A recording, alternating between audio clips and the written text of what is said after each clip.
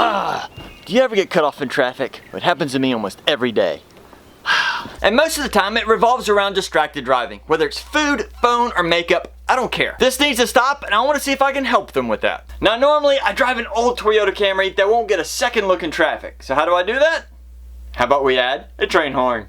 Yeah. Now this is just a cheap set with a horn, your little mini compressor, your hose, and your mounting hardware. But before I install it, let's test this out to make sure it's even gonna work. This is the first time I've ever installed one of these, but it seems pretty simple. We have a hose going onto the compressor here and onto the horn, and then up here we connect the battery. This kit doesn't come with any wiring, so I got some scrap wire, added some ends to it so we can connect it to the pump and to the battery. Now for the moment of truth, let's see what this sounds like. Positive.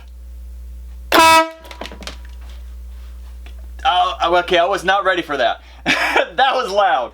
Whew. Now that my ears have stopped ringing, in case you couldn't hear it very well on your speakers, it is loud, especially in this little shop. So, it's gonna be exciting once I get this in the car.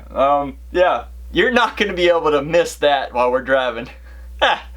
There's two things I want to accomplish with this horn. First off, I want this to be hidden behind the grill somewhere. I mean, yeah, it would probably look pretty cool right there on the front of the hood, but that's just a dead giveaway. I want this to be unnoticeable until you hear it. And secondly, I still want to use the stock horn, which I believe is right here. And this little extra wiring kit should allow me to do that. Taking a look under this hood, you can tell, well, it's definitely an old car, but it doesn't have a whole lot of room, and I don't want to put it too close to that exhaust pipe or it could melt it. Maybe over there, but I think it's a little bit tight. But right here, behind the grill, it looks like it might fit perfect. Going in from the top right here, it is just a little bit too tight, but I believe it'll fit from the bottom. Perfect. It is definitely a little bit hard to see down in there, but there's a metal frame right there, and I can install it straight to that. Now I just gotta drill some holes. And if you plan on doing something like this, please check with your local codes just to make sure it's not restricted. The kit I purchased actually comes with some bolts and nuts, but I believe I'm actually gonna have to use some self-tapping screws. Depending on the type of horn you have and the room you have in here, the horn sometimes disconnects from the base so that you can install this front mount a little bit easier. When I was removing the horn, the actual little O-ring here broke, so I'm just gonna add some Teflon tape and that should work. Just like that. Now I have the horn installed down there behind the grill, but when it comes to the pump, well, I'm trying to keep it away from the interior of the engine so it doesn't overheat. Plus, the mounting position's a little more difficult. I have to actually be able to get to the back of it, so I can't use those self-tapping screws. And because of that, there's always a chance you might have to extend out the hose that came with it. Now, it might be a little bit hard to see, but I was able to attach it to one of the brackets in front of the radiator.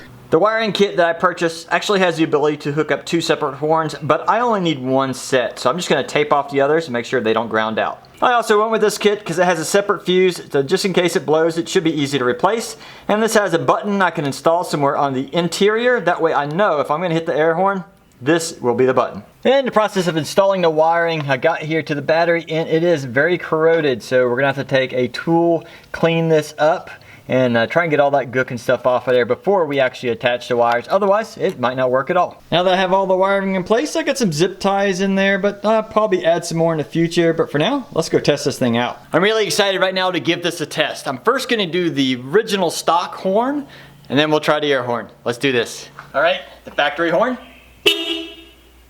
Now the air horn. That's awesome. Okay, it is really loud outside the car, and now I'm in the car with the windows up. Let's see what the difference is. You ready? Factory horn. Not bad. Air horn. That's still even pretty loud in here.